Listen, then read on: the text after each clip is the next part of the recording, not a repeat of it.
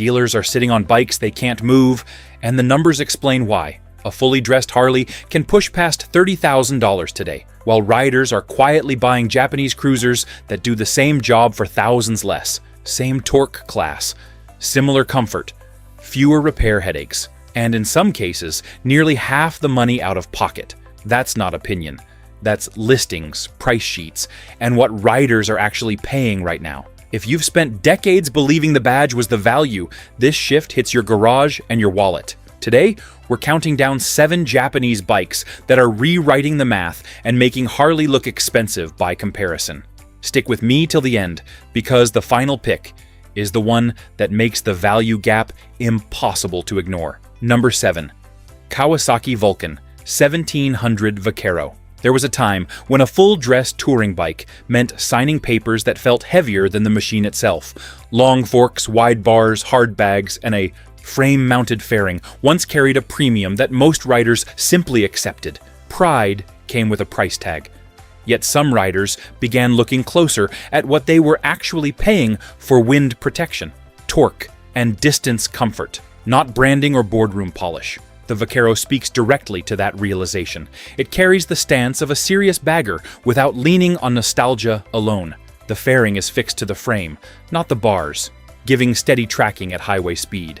Crosswinds that unsettle lighter machines feel muted here. The riding position stretches you just enough to relax your back without forcing you into an exaggerated posture. On long interstate runs, that balance matters more than flashy trim. Torque is where the Vaquero earns respect. Roll the throttle at 60 miles per hour, and it does not hesitate. It pulls with a steady surge that feels closer to what seasoned riders expect from large American touring twins. Climbing grades with luggage loaded does not require constant downshifts. It feels built for men who still cross state lines instead of circling local coffee shops. Comfort is not an afterthought. The seat offers enough width for real miles, not showroom impressions. Floorboards allow subtle foot movement, easing pressure on aging knees. The fairing cuts wind noise, making long stretches less fatiguing. It does not chase aggressive styling trends that sacrifice ride quality for appearance. Weight, of course, enters the conversation. A touring machine demands respect at parking lot speeds. Yet, the Vaquero carries its mass low, making slow maneuvers more predictable than the number alone suggests. Riders accustomed to older Road King or Ultra models will not find it intimidating. Instead, it feels planted substantial without being stubborn. Maintenance expectations matter to riders who have turned their own wrenches. The Vaquero's engineering reflects the kind of long-term reliability often associated with Japanese touring platforms. It is not designed to impress on a spec sheet alone. It is designed to endure. That difference becomes obvious after years of ownership, not just the first season. 76 horsepower from 1,700 cubic centimeters, 107 pound-feet of torque, dual front disc brakes and rear disc brake with anti-lock braking system, 43-inch front fork and rear air-adjustable suspension, 835 pounds wet weight, 28.7 inches seat height, starting at $16,999. Where prestige once dominated the touring conversation, capability now demands equal attention, and what follows narrows the focus from heavyweight authority to long-haul practicality without excess bulk. Number 6. Yamaha V Star 1300 Tourer. Some machines never chase headlines. They earn loyalty quietly, mile after mile, with nothing more than steady torque and a comfortable saddle in a world where touring bikes grow larger, heavier, and more expensive every season. There is something refreshing about a motorcycle built with distance in mind instead of showroom spectacle. The Tourer carries the look that long-haul riders respect. Hard bags sit cleanly against the rear fender without looking oversized. A windshield rises high enough to break wind pressure across the chest, reducing fatigue on long interstate stretches. The riding position feels natural, not exaggerated. Arms fall easily to the bars, and the floorboards give your boots room to move during a 500-mile day. Torque delivery defines this machine's personality. It does not snap or surge unpredictably. Instead, it builds power in a smooth, deliberate wave that suits older riders who appreciate control over theatrics. Rolling through open country at 70 miles per hour feels calm and settled. There is no frantic vibration or unnecessary noise, just a steady rhythm that reminds you why touring became a way of life in the first place. Weight plays a major role in confidence, especially as years add up. The tourer avoids the extreme bulk found in some modern baggers. Maneuvering through fuel stops or backing out of a parking space feels manageable rather than intimidating. Riders who have owned full-dress touring rigs understand how much that matters. Once knees and hips begin to speak up after long rides, comfort is not limited to the seat alone. Suspension tuning leans towards stability rather than sport stiffness. Expansion joints and uneven pavement are absorbed without punishing the rider. Over long distances, that translates to less fatigue and more enjoyment. Touring should not feel like work. It should feel like the open road unfolding at your pace. Reliability reputation is another reason seasoned riders look twice at this platform. The engineering behind it reflects years of refinement, rather than sudden redesigns. Owners often speak of high mileage achieved with routine maintenance and little drama. That kind of record matters more than flashy marketing promises. There is also a certain honesty in the way the tourer presents itself. It does not pretend to be something radical. It honors the traditional cruiser silhouette while quietly delivering real interstate capability. For riders who value substance over styling trends, that restraint feels intentional. The design avoids gimmicks and unnecessary flourishes, focusing instead on proportion and practicality, which seasoned riders recognize as the foundation of lasting respect. 72 horsepower from 1,304 cubic centimeters, 81 pound-feet of torque, dual front disc brakes and rear disc brake, telescopic front fork and rear link suspension, 712 pounds wet weight, 27.2 inches seat height, starting at $12,399. Where heavyweight authority once dominated the touring conversation, a more balanced approach begins to show its strength as the road ahead calls for something lighter, yet still rooted in classic cruiser character. If this breakdown is hitting home, support the channel by liking this video and subscribing for straight, veteran-level motorcycle analysis. Share your experience in the comments. What are you riding now, and would you switch for half the cost? Number 5. Honda Rebel 1100. There comes a point when strength is no longer measured by how much weight you can wrestle at a stoplight. It is measured by control, balance, and how confident you feel easing through a tight fuel station without straining your knees. Many seasoned riders discover that lighter does not mean weaker. It simply means smarter. The Rebel 1100 enters that conversation with quiet confidence. It carries a low, compact stance that feels approachable the moment you swing a leg over. The seat height allows both boots to sit flat on the pavement, which makes a difference after decades in the saddle. Instead of towering bulk, you get a machine that centers you, keeping weight low and predictable. Throttle response is immediate, but not abrupt. Roll it on in second gear at city speed, and the pull feels steady and controlled. There's no excessive vibration or rattling chatter. Power builds in a clean line, giving you the sense that every movement of your right hand has a direct mechanical answer. For riders accustomed to larger touring frames, that responsiveness can feel refreshing. Highway travel does not overwhelm it either. At cruising speed, the engine remains composed, and passing traffic requires only a firm twist rather than a downshift scramble. That balance between low-end torque and mid-range strength makes it practical for both back roads and interstate miles. It is not trying to imitate heavyweight touring rigs. It is carving its own lane. Technology plays a role here, though it never overshadows the ride itself. Selectable ride modes adjust throttle response and traction control without demanding constant attention. Riders who prefer simplicity can leave it in standard and forget about it. Those who ride in changing weather appreciate the extra layer of security. The goal is assistance, not distraction. Weight reduction stands out immediately. Coming in under 500 pounds, it feels noticeably more manageable than traditional full-size cruisers. Parking lot maneuvers demand less effort. Backing into a driveway does not require the same physical push. For older riders who still crave torque but want relief from constant heft, that difference becomes meaningful. Low-speed balance feels natural, not top-heavy or awkward, which builds confidence at every stoplight. Tight turns in crowded spaces no longer feel like a calculated risk. Even mounting and dismounting becomes easier on aging knees and hips. Over a full day of riding, that reduced strain adds up, leaving more energy for the miles ahead instead of recovery afterward. The suspension tuning leans toward balance rather than softness. Road imperfections are absorbed without wallowing through corners. It tracks cleanly and holds a steady line when leaned over gently on winding stretches. Braking performance inspires confidence, offering controlled stops without drama. 86 horsepower from 1,084 cubic centimeters,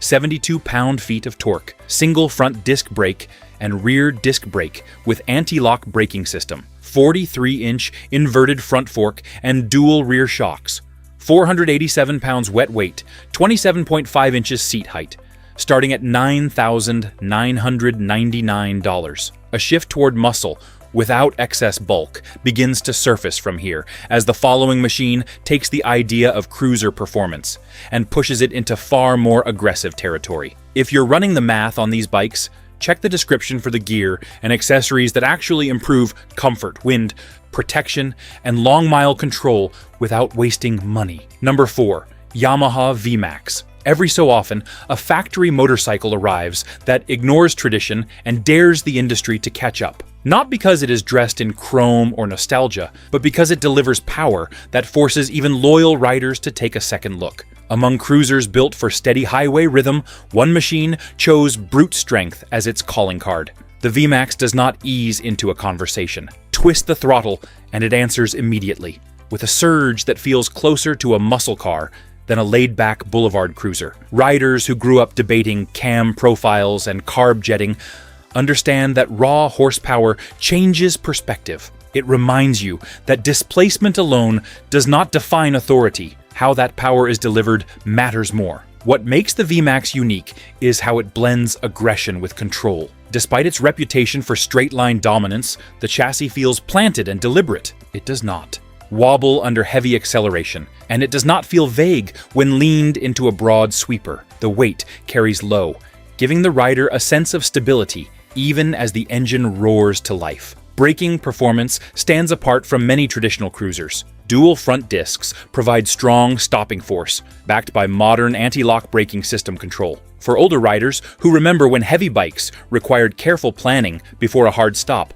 that added confidence is not a small detail. It allows you to use the machine's strength without second-guessing its limits. The riding position leans slightly forward compared to classic touring setups. It encourages a more engaged posture, almost inviting the rider to take command rather than simply cruise. For some, that feels invigorating. For others, it feels like a reminder that motorcycles can still surprise you after decades in the saddle. This machine never pretended to be subtle. It was engineered to prove that a cruiser could compete, with sport-focused performance without sacrificing road presence. While many brands refined heritage lines year after year, the V-Max stood apart as a declaration of mechanical ambition.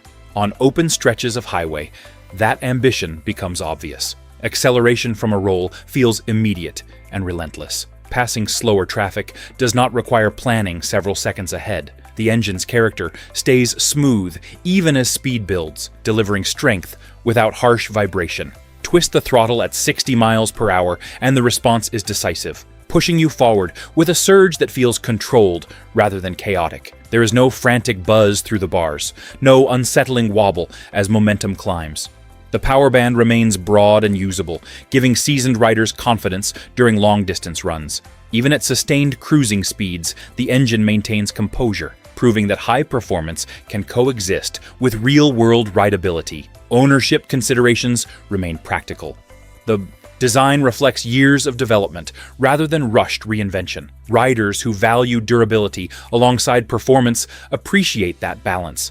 It is not merely about winning stoplight contests. It is about sustaining that performance over real mileage. 170 horsepower from 1,679 cubic centimeters, 111 pound-feet of torque, dual front disc brakes, and rear disc brake with anti-lock braking system, inverted front fork and rear monoshock suspension, 683 pounds wet weight, 30 inches seat height, starting at $17,999. Performance at this level reshapes expectations.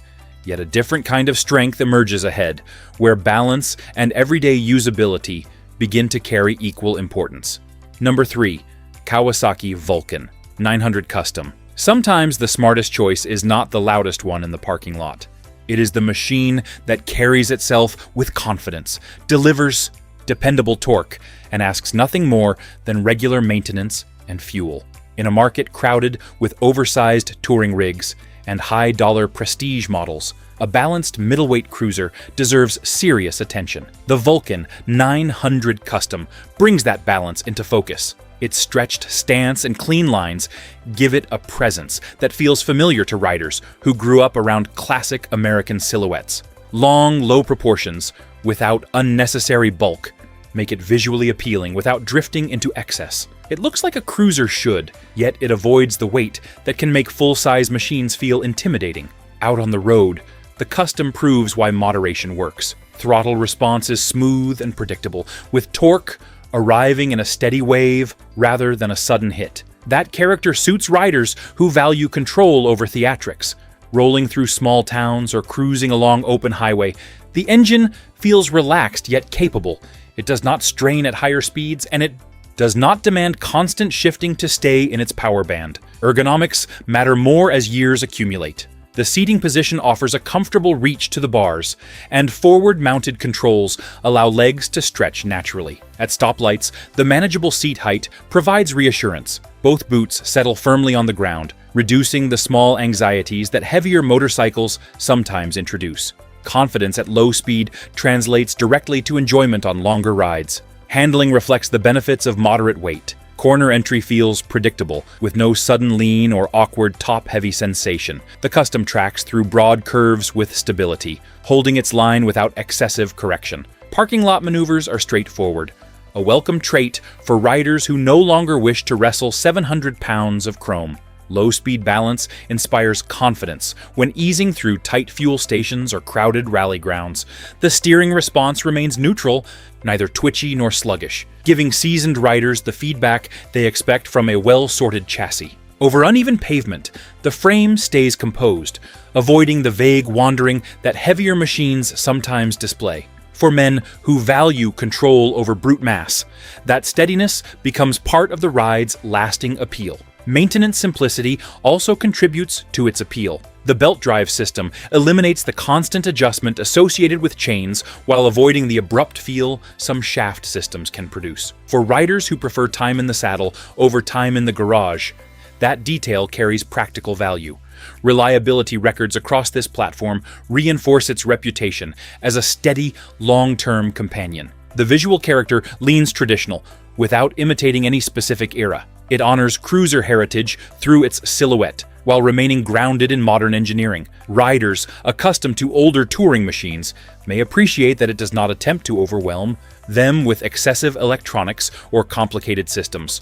50 horsepower from 903 cubic centimeters, 58 pound-feet of torque, single front disc brake and rear disc brake, 41-inch telescopic front fork and rear shock suspension, 610 pounds wet weight, 27 inches seat height, starting at $8,999. Measured strength often proves more satisfying than excess, and a more traditional cruiser approach waits ahead, grounded in chrome simplicity and mechanical honesty. If you value honest comparisons without marketing spin, make sure you're subscribed.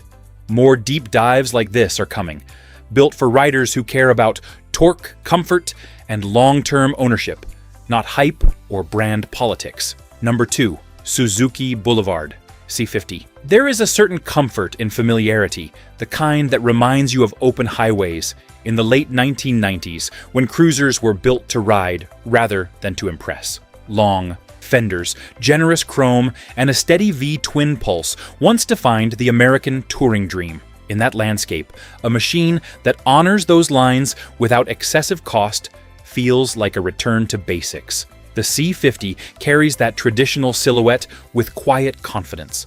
Wide handlebars sit at an easy reach, and the seat cradles you low to the pavement. When you ease off the kickstand and settle into traffic, it feels composed rather than hurried.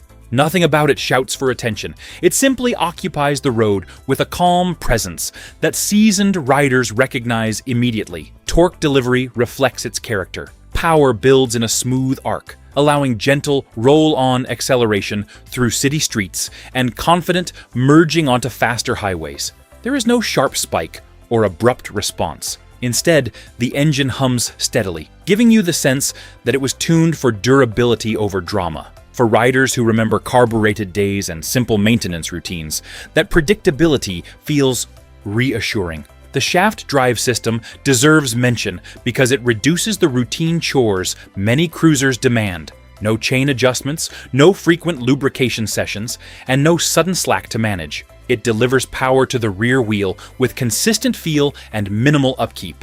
For older riders who prefer riding to wrenching, that simplicity carries real value. Handling remains grounded and stable. At low speeds, the C50 carries its weight in a way that feels balanced.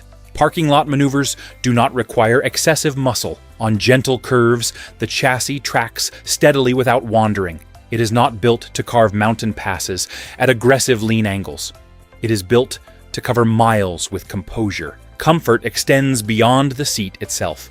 The suspension absorbs ordinary road imperfections without transmitting harsh jolts through the frame. Long afternoons in the saddle feel manageable rather than punishing. Floorboards provide space for subtle foot adjustments, easing pressure points.